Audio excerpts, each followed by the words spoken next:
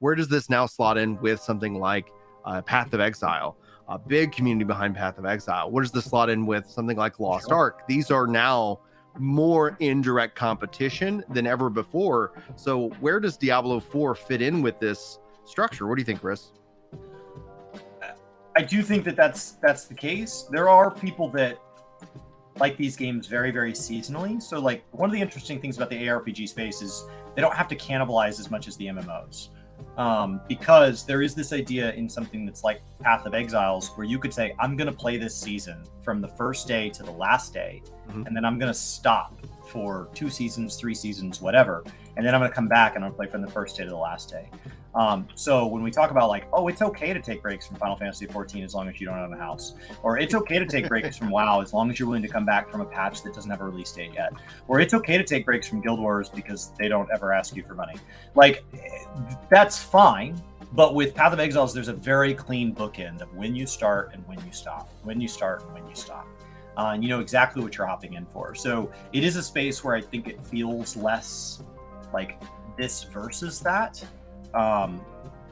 As opposed to in 14, when you talk about WoW, that's like insulting. Well, you chose to invest in this space, and so like how, like I have to be against you. We have to be rivals, because most people don't have time for both Final Fantasy and World of Warcraft. They're too similar of games, right, for you to make time for both. If somebody has time for a game beyond Final Fantasy or World of Warcraft, there's a pretty decent chance they're at least jumping genres. And they're playing Overwatch on the side, or they're playing Fortnite or Call of Duty, or a racing game, or whatever.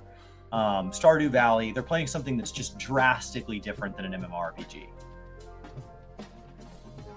Paul in chat says, do you guys think that we're going to see a significant drop in players on Diablo Immortal now that D4 is coming out? Do you think that do you think that the mobile version will allow you to retain its current player base? What do you think about how this competes with its own IP?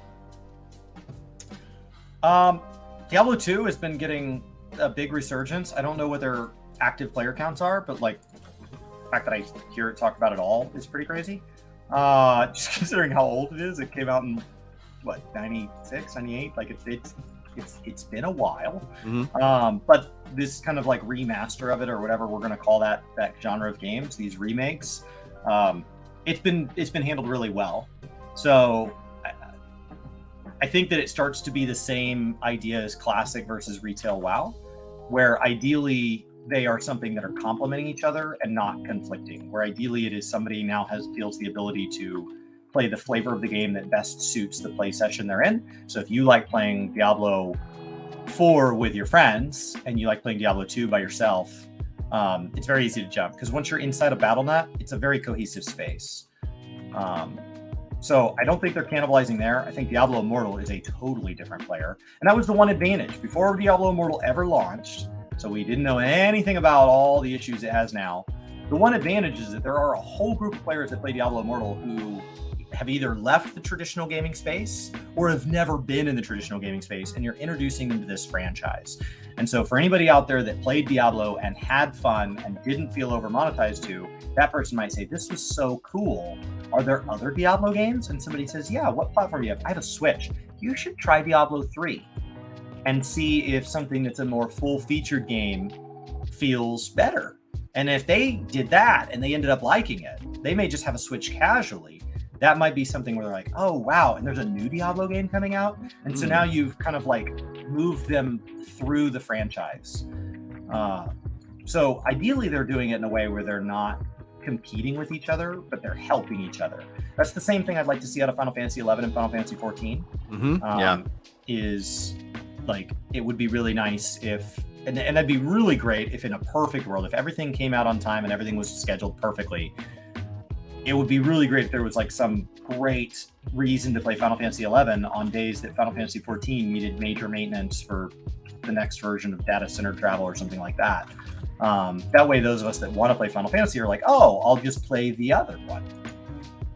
What for me is interesting about this question is because obviously the mobile component is going to be a massive volume of players who can passively, very casually jump in and check out the game from time to time. Imagine stepping away from your computer or your console and still kind of wanting like a little grind fix. You're like a commute, or you're doing something, where you're like, oh, let me just bring out the phone for a little bit and get a little fix that I'm excited to come home and play Diablo 4 or something like that. I think there's a complementary aspect, but there's also an interesting development that's been going on behind the scenes. And assuming that Microsoft does close on the Activision Blizzard deal, they have committed that all of Activision Blizzard games would also come to GeForce Now and all these other cloud platforms. So then you as a player could literally play your character on Diablo 4 from your phone. And then I think there's actually a real competition when all of a sudden that comes into play, because then, I mean, in my opinion, you guys can do what you want.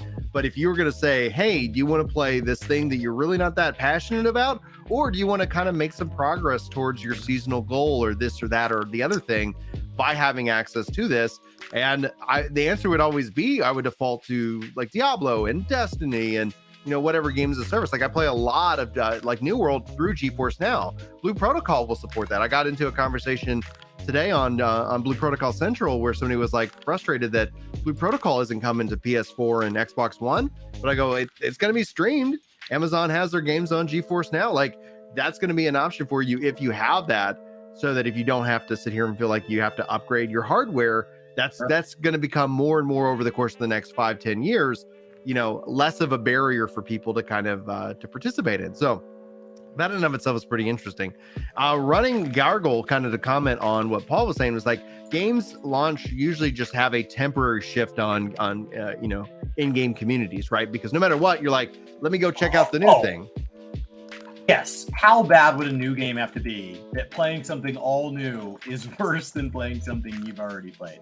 Like, that's how I felt when Dragonflight launched. That's how I'll feel when 7.0 launches, is like, whether or not it's your main game, it's 100% the best place to be week one. Like, I love launch weeks. Launch weeks are a blast. They come with all sorts of technical hurdles because there's about 1 billion of us that like launch weeks. And so we all slam the servers at the same time.